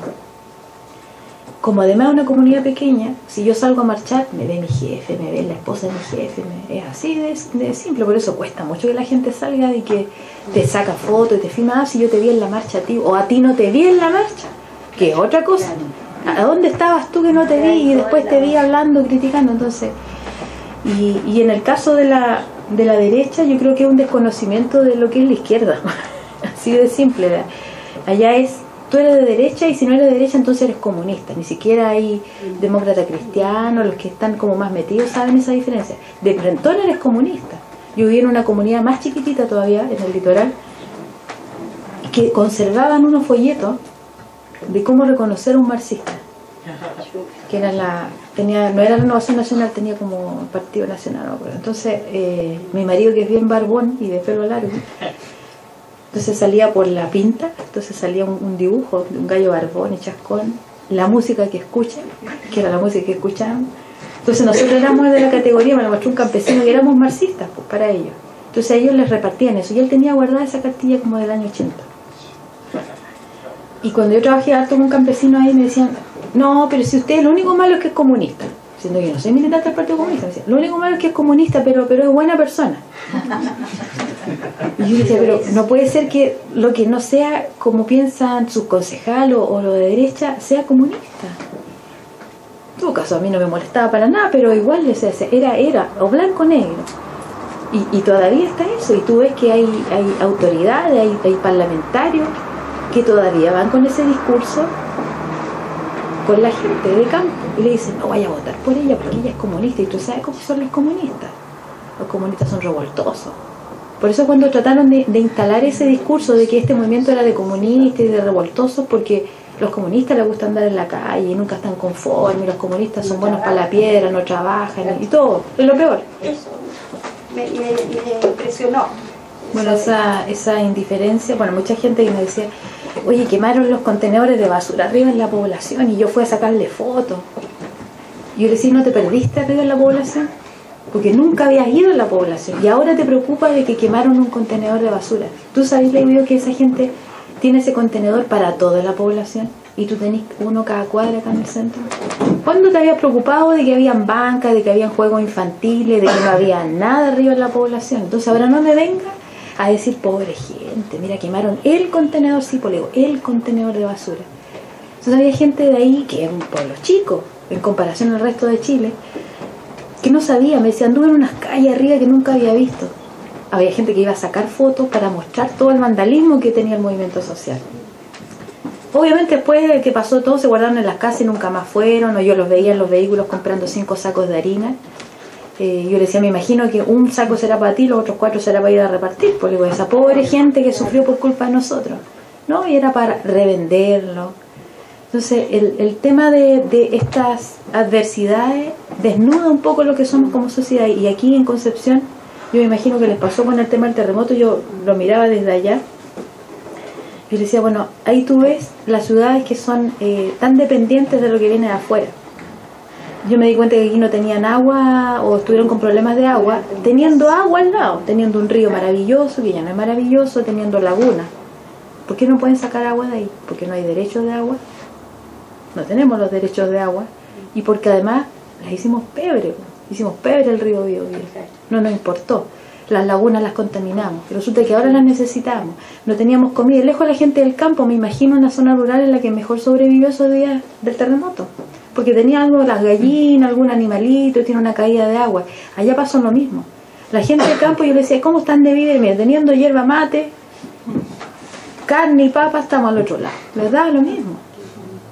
Pero en la ciudad no, en la ciudad nos cerraron un poco y, oye, es que no tenemos yogur. Yo le decía, bueno, yo corto la leche y hago el yogur como lo hacía mi abuela antes, con los bichitos y listo, ya, yogur. Y si no hay, no hay nomás. Claro, los chicos tendrán que aprender ahí que no nació con el yogur y todo. Entonces volvimos a lo mismo, a no tener luz, a aprender de otras lámparas antiguas, lo que era antes, sin hasta no hace mucho todavía teníamos los chonchones que se usaban en el campo con grasita y con un pañito, y eso era para iluminarse. Entonces eso pasa cuando hay situaciones como un terremoto y todo, que se desnuda la población y se ve que había pobreza y que tú dices, ¡ay, pobre gente! Sí, pero esa pobre gente, ¿sabes que todavía lo que se le vino abajo fue algo que tú pensabas que era casa y que en realidad no era casa, era una rancha? Esa era su realidad. Y eso es chocante para un sector de la población que no quiere ver que eso existe, que ve una ciudad con mall, con multitienda, de que tenemos una cifra macroeconómica. Nosotros ahí escuchamos a Longueiro cuando decía, es que no puede ser que una región que sea como macroeconómicamente la que más ha crecido me venga a golpear la mesa. ¿Qué se creen? Ese era el discurso que llegaba a Longueira.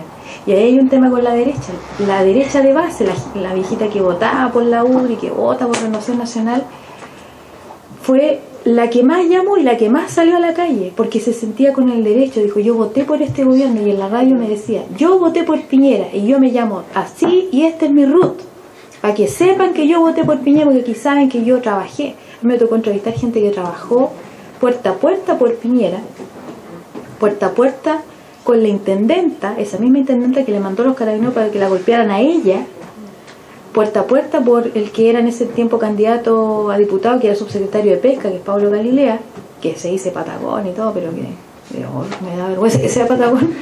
Esa gente golpeó. Uno de los 22 de la querella de la Ley de Seguridad Interior del Estado fue apoderado de mesa de Piñera. El otro es primo hermano del subsecretario de Transporte en la actualidad.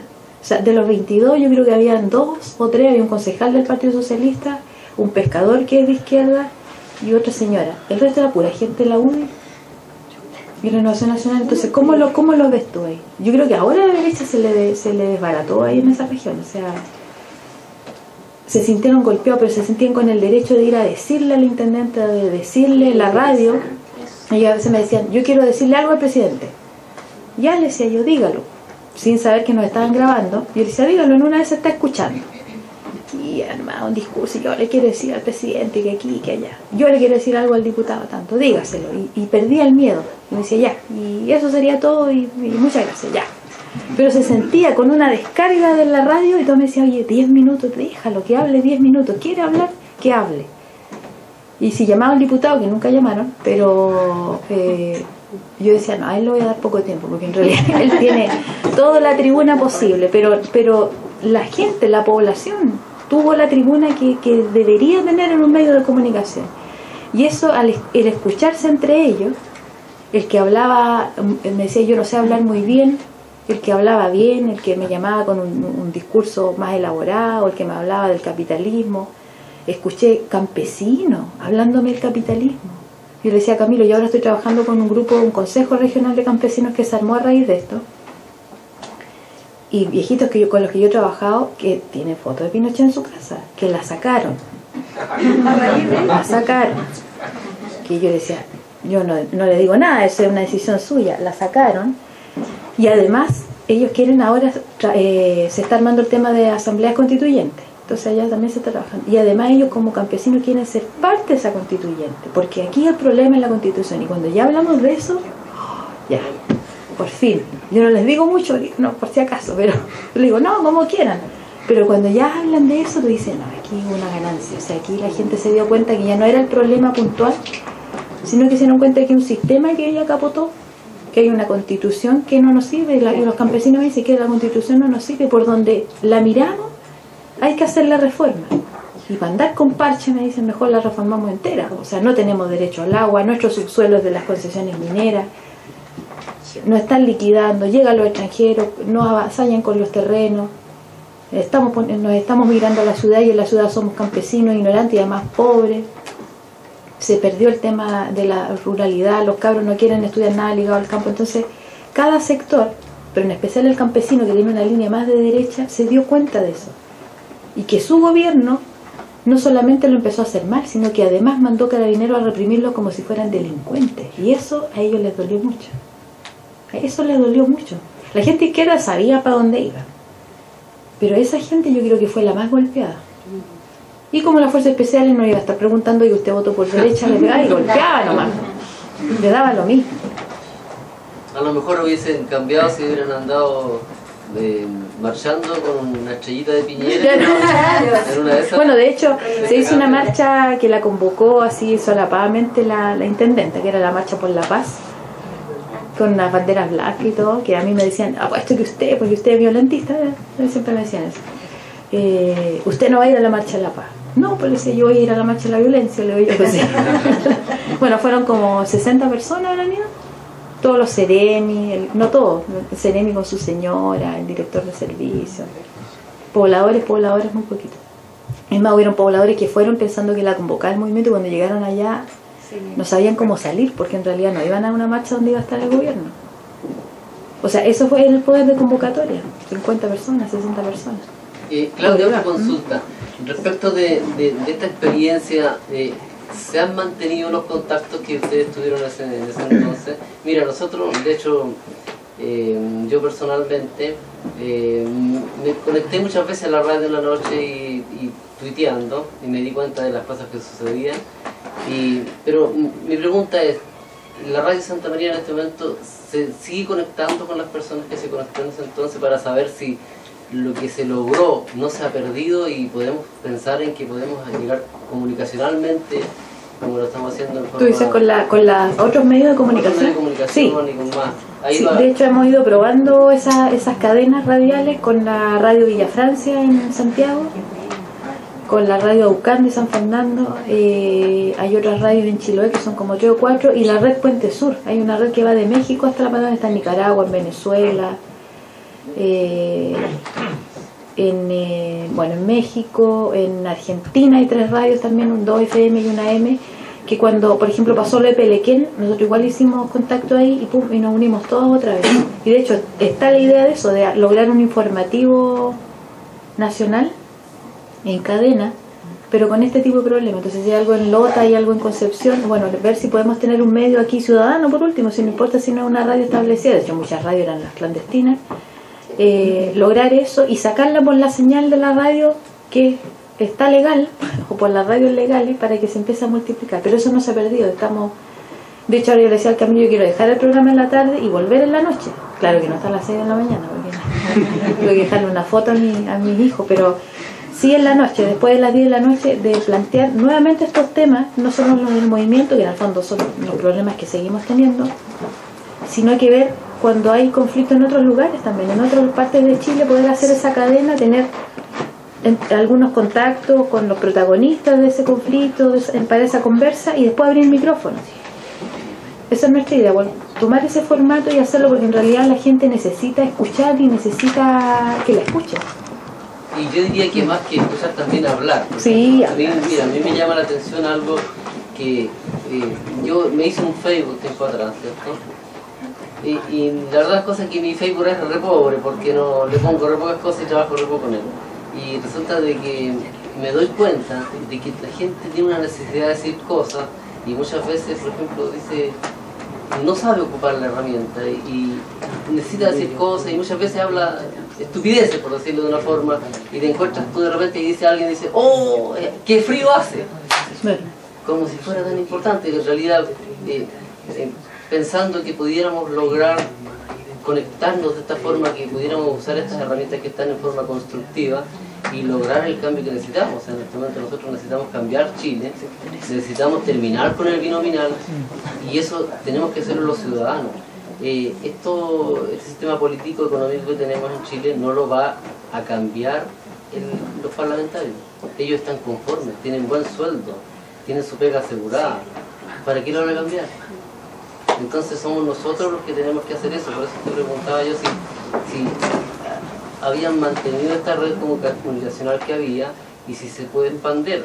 Nosotros de hecho, por ejemplo, estamos aquí como Collao TV en este momento, que es un canal de televisión online que tenemos, y estamos sacando un programa al aire también que se llama Sin Filtro en la Lengua, y es un programa en directo, sin edición, y invitamos a nuestros vecinos, los que están acá, si quieren decir algo en este momento, o si quieren armar algún programa, nosotros los invitamos a Collao TV, y nosotros cooperamos en la parte logística, y que ellos armen y digan lo que ellos quieran.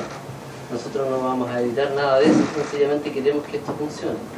Entonces te preguntaba. Los medios, las radios comunitarias, los medios online o alternativos, y ojalá los medios establecidos, comerciales, no sé cómo llamarlo, si por cada localidad o región o como sea más mejor para los territorios, un medio se compromete a eso, a mostrar, a que la gente tenga esa tribuna y se empieza a encadenar con otros medios que son más escuchados.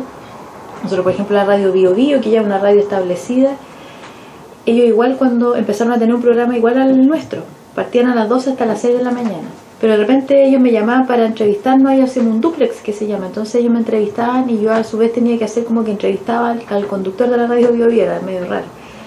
Y me pasó con otras radios en México también, la radio Salvador Allende en Suecia también, y otras más que nos conectábamos. Y después empezamos, por ejemplo, hay una radio, otra radio en Suecia que ellos todas las tardes se conectan a nuestro programa en la tarde y están ahí y dejan pasando la señal y todo, y ellos me envían material y yo lo trato de sacar ahí. Entonces lo que yo decía, no solamente la solidaridad como medio, sino que ahora la colaboración. De hecho, para nosotros fue súper importante las redes sociales y estos medios comunitarios que no estaban dentro de la región, porque nosotros nos cortaban la luz.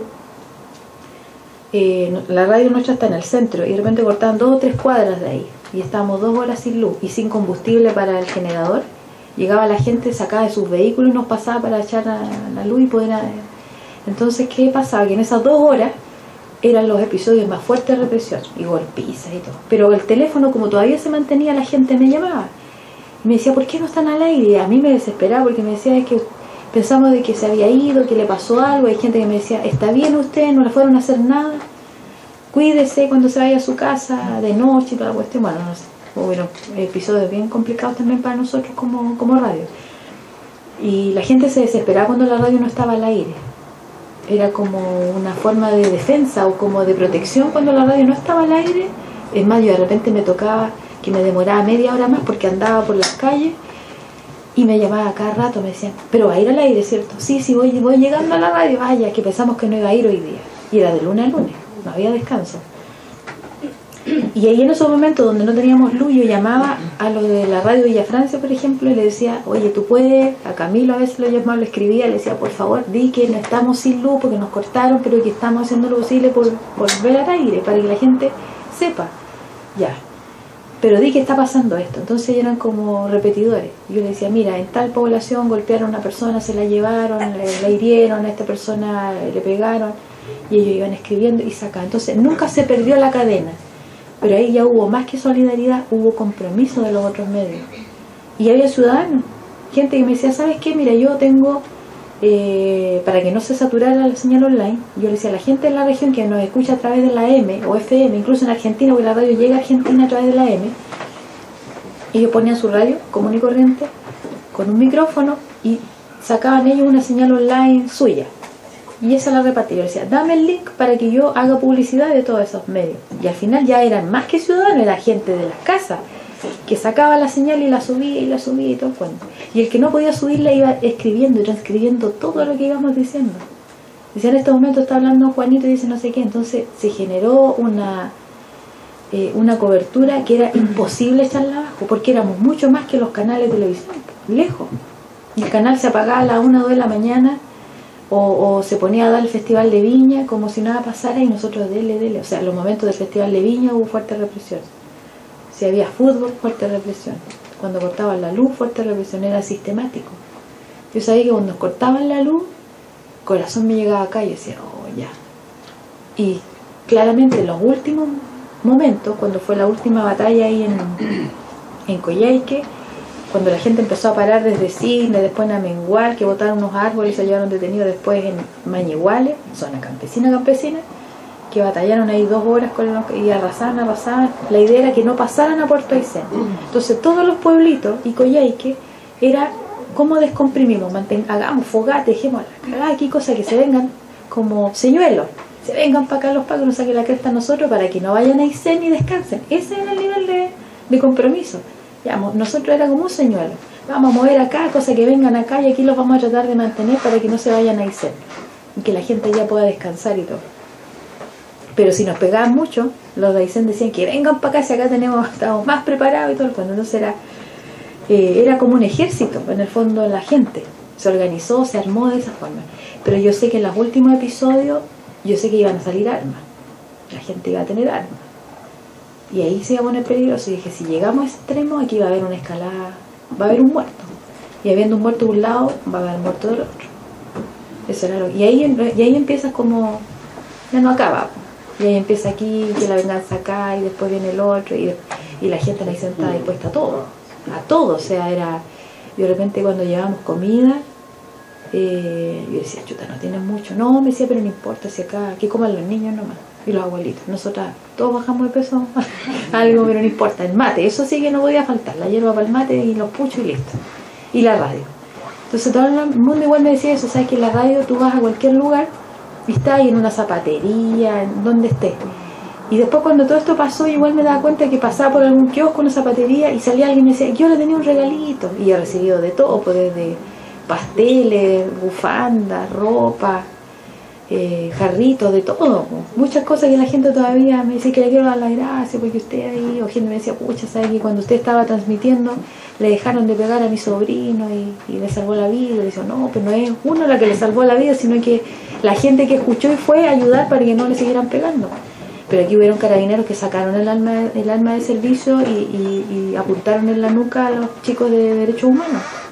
En la NEF hubo una batalla bien complicada, le pegaron al presidente de la NEF y a los 2 chicos de derechos humanos le apuntaron con el arma de servicio, estaban descolocados. Yo creo que los carabineros les dan, no sé, yo creo que los drogas no les dan algo, porque me tocó estar con algunos que no podía razonar, o sea, ellos lo único que querían era sacar el arma de servicio y dispararte.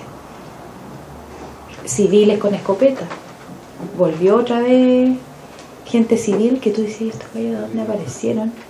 Casi Pachi y Libertad, con escopetas arriba de las camionetas, apuntándote. O sea, fue un clima como lo que no vivió la región para el golpe de Estado y todo. Yo creo que lo vivió ahora, fue como un golpe de Estado más reducido en tiempo, pero fue eso, civiles que se sentían dueños del pueblo. Y obviamente tú decías, bueno, ¿quién tiene acceso a este tipo de vehículos? 4x4, último modelo, y benzina, que el resto de la gente ya no tenía benzina. Y ellos eran los que andaban, gente que nos llamaba igual a la radio, vamos a ir a quemar tu casa, sabemos dónde vives en tal parte, cuida a tu hijo. Yo tengo un hijo chiquitito, me decía, tu hijo va a jugar todos los días a la plaza Yangol, cuídalo. complicado. Entonces era que ahí hablamos con el obispo, que igual jugó un rol fundamental, que me dijo, o sea, aquí si tú decidiste esto, bueno, hay que hacerlo, pero tiene este costo, así que tú, si quieres asumir, yo te voy a apoyar en todo. Y el obispo andaba entre medio de las balaceras, era como, decía, ya, voy a ir a tal población, me decía, mira, vamos a tener una clave, loco. Él andaba en un vehículo que guardaron, le sacó a los curas por ahí, le robó un poquito de combustible a otros curas que no son los que salen al terreno, y le dijo, ya, pues necesito que, si ustedes no van a salir al terreno, necesito que me pongan benzina para salir en las noches. Y me decía, mira, para que no digamos la población, porque en algún momento la gente decía, estamos en la barricada de la calle, Barro Arana, no sé qué, estamos bien. Después yo le decía, no me digan dónde están, dígame si están bien, porque si me dicen, ¡pam!, allá partían los pavos a sacarle la cresta. Entonces, no me digan, dígame, estamos en la barricada en el sector alto, nada más, y dígame si están bien, y ya. Me decía, ¿por qué no? Le digo yo, porque después van a ir para allá y yo me siento culpable, así que ya. Entonces, con el cura, ¿cómo lo hacíamos? Yo le decía, bueno, tengamos una clave. Como usted va escuchando la radio, yo le voy a dar una clave donde usted ahí tiene que ir. Le voy a dar el sector y le voy a decir, atento Patagón, o Patagonia. El resto me decía, ¿para qué decía esa cuestión? Y el obispo sabía que esa era la clave donde él tenía que ir a ese sector. Yo decía, aquí en Pedro Aguirre Cerda, iba, y ahí aparecía. Entonces aparecía, hola, soy el obispo, no disparen. Y ahí se presentaba siempre el carabinero que está a cargo y le decía, pero usted qué es lo que anda haciendo. No, le decía, pero es que esta cuestión no puede ser, ¿cómo se le ocurre? Mire cómo está golpeando a la gente esta cuestión. Y empezaba a parar. Y se iba, pues. Se devolvían al cuartel los pavos y ahí estaba. Y hubo un momento donde de repente él iba a Aysén y me decía, tú di en la radio que yo voy a andar en todas las poblaciones. Yo le decía, pero obispo, usted va a andar en Aysén, o a veces se iba, tenía que viajar fuera de la región cuando vino a La Moneda a entregar una carta. Y le dije, pero usted va a andar en Santiago. Y yo, ¿cómo voy a decir eso? Es una mentira. Vale la pena la mentira. Dilo nomás, di que yo ando en las poblaciones, me decía, usa eso nomás. Yo, si después me preguntan, yo te voy a prestarlo, voy a decir que sí, que yo andaba ahí, aunque sea mentira. Entonces era, y eso lo hacíamos con mucha gente, me decía, ya tengamos una clave para que nosotros, la gente de los derechos humanos, nos acerquemos, o muchos médicos también que nos ayudaron a poner estos puestos para colaborar, me decían, ya una clave por la radio y nosotros sabemos que vamos a ir a tal lugar. Pero tuvimos que generar eso, códigos, todo como para que no... Porque la gente me decía que era detenida, me decía, señora, la están escuchando dentro de la patrulla, del Guanaco y todo, van escuchando la radio de Santa María, están ahí. Pero Aysén nos queda para rato, viene el tema de Hidroaysén, que eso no es menor. La gente de Patagón sin represa mueve mucha gente, harto campesino y todo, porque va más allá que el tema de represa, va el tema del agua. La propiedad del agua de Endesa y Colbún es el 97%, el 3% es para el resto. Entonces, fuerte. Y el agua de mejor calidad y el agua que es para, podríamos ayudarle a todo el resto del país que está con problemas del agua, en el agua que tenemos en la Patagonia, y sin embargo es de propiedad de dos empresas. Entonces, el tema del agua es fuerte allá. Tenemos en abundancia, pero no es nuestra. Y se viene esa batalla ahora. Ahora el 9 de mayo se vuelve otra vez a las calles con el año de la aprobación de Hidroaysén. Falta otro megaproyecto que justo está en Puerto Aysén, que sé yo, no sé cómo lo van a hacer. De hecho, tenían que haberlo, yo digo tenían que haberlo aprobado, porque esa es la mirada en el fondo del gobierno, aprobar todo lo que venga, en esos días de conflicto. Ni se atrevieron, así como, no, lo vamos a suspender, una cosa mágica que no estaba dentro del sistema de evaluación del país, no, mira, sí, y acudieron a una fórmula de suspenderlo. Y calladita la empresa y todo, nadie dijo, oye, no, ¿por qué lo suspenden? Nada, no. Nadie se iba a atrever a más encima aprobar ese proyecto en Puerto Aysén, no, fíjate, ¿no? Pero bueno, yo creo que eso a que cuenten, bueno, el contacto con Camilo y todo, pero cuenten con el tema de la radio. Nosotros nos preocupamos harto de los temas que pasan en otras localidades, o sea, cuando han habido cosas en Arica, aquí mismo, nosotros llamamos por teléfono a la persona, al dirigente, y sacamos los temas. No necesitamos que sea algo nacional o que sea el hecho noticioso para sacarlo en la radio. Ese es un compromiso que tenemos como radio, como programa, de que la gente de allá también escuche, y de hecho ahora ellos están como más orejas.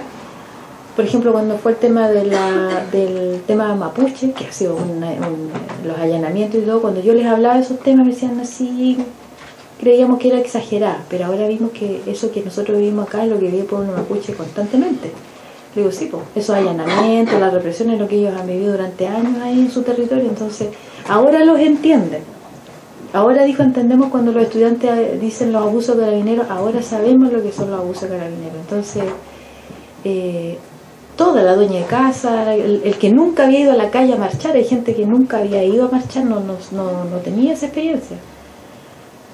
Como lo pudo probar, frente a eso, la Patagonia dijo, bueno, aquí o nos defendemos todo, porque en el fondo yo decía, si se supone que Carabinero es el que te tiene que defender cuando a ti te agreden o cuando te entran a robar, pero resulta que ahora el que te está agrediendo es el que te tiene que defender, no te queda otra. Esa es una discusión que tuvimos una vez con un canal de televisión, me decía, sí, pero la gente le pega a los pacos. Y yo dije, pero, o sea, mire el contexto. Tú me dices 50 pobres efectivos de Carabineros y 200 personas, pero 200 personas que tienen piedra y ellos tienen armas, tienen lacrimógenas, tienen vehículos. Y que además, ¿a quién le pide ayuda a la gente? No puede llamar a Carabineros porque ellos son los que están ahí pegándote. No puede llamar a investigaciones porque las investigaciones también se prestó para andar con la escopeta y todo. No puede llamar al gobierno porque el gobierno manda a estas dos policías. ¿A quién llamas tú? A tu vecino nomás. No te queda otra que organizarte y defenderte como civiles. Eso fue lo que pasó, fue una autodefensa. Ese rol. Entonces, mucha gente, por ejemplo, se queja a los médicos porque cobran mucho y todo. Yo digo, bueno, pero si nosotros tuviéramos la educación gratuita, ese médico que le costó estudiar y que tiene que pagar el crédito tremendo que dejó pagar en medicina, los que pueden, o los que pudieron estudiar con crédito, obviamente ir a trabajar sin ganar nada, no puede pagar ese crédito, entonces se vuelve un círculo. Y el abogado y el periodista tiene que ir a trabajar donde le paguen más para pagar el crédito o la deuda, o que el papá hipotecó la casa o entregó la casa. Si la educación fuera gratuita, habría igualdad, incluso del que es más rico ya no te miraría, sino que hoy estudiamos los dos bajo el mismo sistema y ni tú ni yo pagaron. Esa igualdad que muchos dicen, no, es que porque el más rico no tendría que pagar, para que seamos iguales, estudiamos las mismas condiciones. Eso cuesta y es agresión casi para el otro, ¿eh? Eso le decía yo, la barricada para mí no es tan agresiva como el no poder estudiar, o que las madres solteras no tengan acceso a casa cuando a veces tienen un hijo y tienen que tener más hijos para poder tener acceso a la casa, o no tener acceso a la casa, sino que a algo que uno le quiere llamar hogar, sino que acceso a algo que le dio los arquitectos y los constructores, les dio la ubicación, hicieron un habitáculo que le llaman hogar, pero que en el fondo tú no puedes construir hogar con eso, cuando tiene aislación térmica, se hunde la casa, lo tocas así, se hunden las paredes, no tiene un baño decente. Todo ese tipo de cosas son las que a uno le afectan en el fondo. Si todos luchamos por la vivienda, todos luchamos por la educación, o pasamos por esa etapa, pero claramente esa unión dejando los egos. Y aquel que tenga el ego más alto, también dándole el espacio. Pero aquí los egos no, y de hecho aparecieron también, pero había que tratar de neutralizarlo para que no fueran por sobre la causa en este caso. Claudia, primero que todo dar las gracias por lo que nos está comentando tu testimonio de los hechos que sucedieron en Aysén, y te quisiera invitar, si puedes acompañarnos mañana a las 9:30 de la noche en Collado TV como nuestra invitada estrella para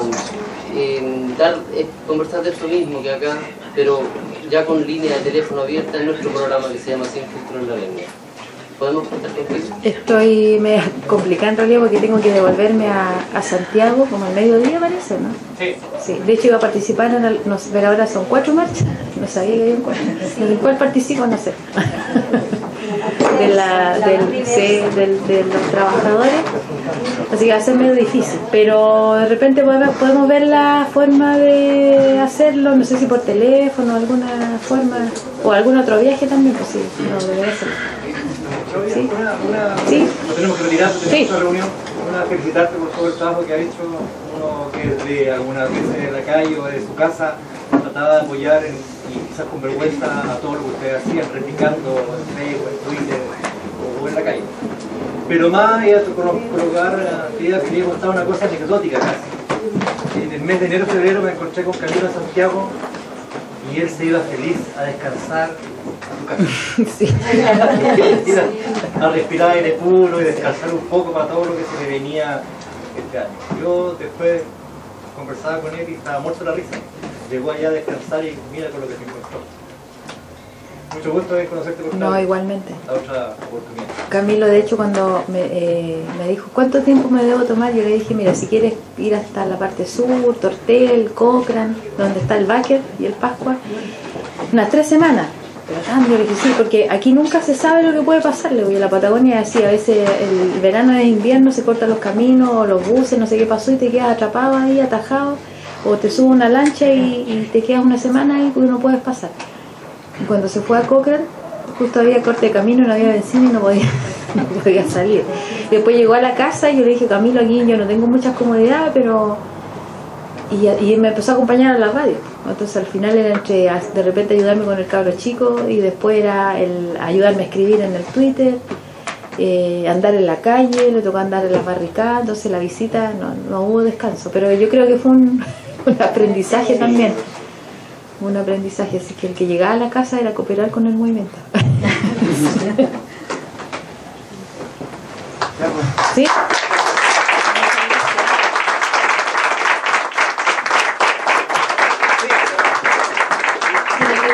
Agradecer a los amigos de la agrupación, el compañero José Martí, también a los estudiantes de la Universidad de Concepción y de la del Biobío, y a todos ustedes también, pues a instarlos a eso, que no se pierda la comunicación, a dejar los egos y la solidaridad, pero el compromiso. Hay que hacerse parte de eso, aunque implique que los fines de semana, que voy a ganar menos, que si dejar a los hijos, yo invito a que vayan con los hijos, hay que ir con los hijos a las marchas, a las poblaciones, hay que trabajar en familia, pero dejémonos de solo la solidaridad, ahora falta el trabajo en conjunto, la única forma.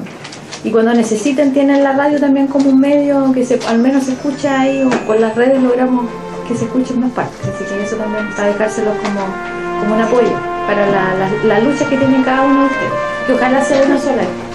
Ojalá. Sí, un abrazo. Se habla que estamos en eso, Claudia.